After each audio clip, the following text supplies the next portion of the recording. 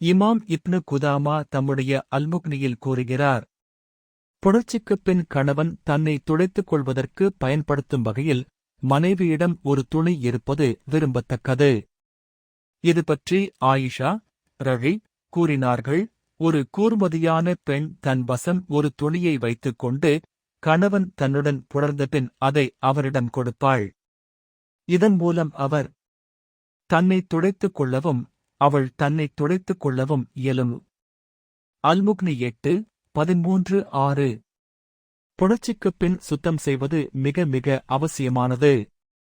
முஸ்லிம் தம்பதியர் இந்த விஷயத்தில் மிகவும் பொடுபோக்காக உள்ளனர். தங்களின் படுக்கை விரிப்பும் ஆடைகளும் தூய்மை கெட்டிருக்கலாம் எனும் விஷயத்தை அலட்சியப்படுத்துகின்றனர். உடலுறவுக்கென்று தனியொரு துணி விரிப்பை பயன்படுத்துவது பலமாக ஊக்குவிக்கப்படுகிறது. அதை பின்னர் சலவை செய்வதற்கு வசதியாய் இருக்கும். பாலுறுப்புத் இரவங்கள் ஒருவரின் துணிமணிகளிலோ உடலுறுப்புகளிலோ பட்டுவிட்டால் தொழுகைக்கு முன் அவற்றை தண்ணீரால் தூய்மைப்படுத்துவது அவசியம். இல்லா விட்டால் தொழுகை கூடாமல் போய்விடும். அதேபோல் படுக்கையில் பாலுறுப்புத் திரவங்கள் பட்டுவிட்டால் அதையும் மாற்ற வேண்டும். மதன நீர் விந்து வெளியேறுவதற்கு முன் வரும் திரவம் மதி தூய்மையற்றது என அனைத்து செவ்விய அறிஞர்களும் கருதுகின்றனர் என்பதை தம்பதியர் நினைவில் வைப்பது அவசியம். மதி என்பது பாலியல் கிளர்ச்சி ஏற்பட்டு விந்து இன்னும் வெளியேறாத போது ஆண் அல்லது பெண்ணில் இருந்து வேகமின்றி வெளிவரும் ஒரு மெல்லிய நிறமற்ற திரவம். அது பெரும்பாலும் ஒருவர் அறியாமலே வெளியேறிவிடும். மற்றும் ஆணைவிட பெண்ணுக்கு அதிகமாக ஏற்படும். மதி வெளியானால் ஒழு மட்டுமே அவசியம். எனினும் சட்டரீதியில் அது தூய்மையற்றதாக நஜீஸ் கருதப்படுவதன் காரணமாக அது உடலின் பிற பாகங்களிலோ ஆடையிலோ பட்டுவிட்டால் அதை கழுவி விடுவது கட்டாயம். மதி தூய்மையற்றது என்பதில் முஸ்லிம் உம்மா முழுவதும் கருத்தொற்றுமை கொண்டுள்ளது என இமாம் நவவி கூறுகிறார். காண்க ஹாஷியா அல்தஹ்தாவி அலா மராகி அல்பலா 100 அல்மஜ்முஃப்ஷர அல்முஹத்தப் 2 39-5 அல்முக்னி 1:16-2. ஒரு நாளைக்கு எத்தனை தடவை உடலுறவு கொள்வது? பகலிலோ இரவிலோ ஒரு நேரத்தில் ஒன்றுக்கும் மேற்பட்ட தடவை தம்பதியர் உடலுறவு கொள்வதற்கு இஸ்லாம் அனுமதியளிக்கிறது. இமாம் இப்னு அல்கையும் அலைவ்சியா தம்முடைய அல்பிப் அல்நபவியில் இது பற்றி கூறுகிறார்.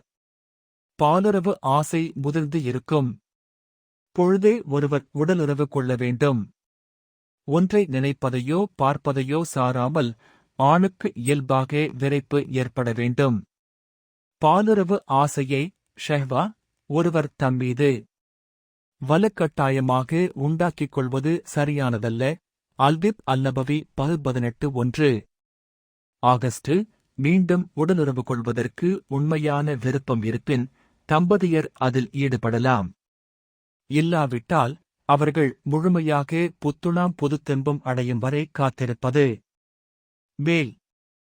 இந்த விஷயத்தில் தம்பதியர் இருவரும் தத்தமது துணைவரின் உடல்நிலை குறித்து மிகவும் எச்சரிக்கையாகவும் மரியாதையுடனும் இருப்பது அவசியம். இல்லையெனில் ஒருவர் ஆயத்தமில்லாத ஒரு விஷயத்துக்கு நிர்பந்திக்கப்பட்டது போல ஆகிவிடும். உடலுறவுக்குப் பிறகு குளிக்காமல் தூங்கலாமா? ஒருவர் குளிக்காமல் உறங்க விரும்பினால் அவர் ஒழு செய்து கொள்ளுமாறு ஊக்குவிக்கப்படுகிறார். அன்னை ஆயிஷா ரழி அறிவிக்கிறார்.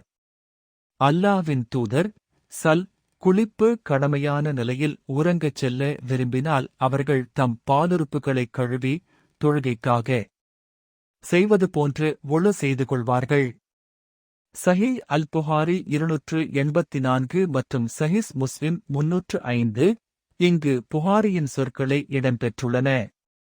அல்லாஹ்வின் தூதரிடம் உமர் இப்னு அல்கத்தா ரஹி வினவினார்கள், குளிப்பு கடமையான நிலையில் எங்களுள் ஒருவார் உறங்கலாமா? அதற்கு நபியவர்கள் பதிலளித்தார்கள், ஆம், ஒழு செய்து கொண்டால் ஒருவர் குளிப்பு கடமையான நிலையிலேயே உறங்கலாம்.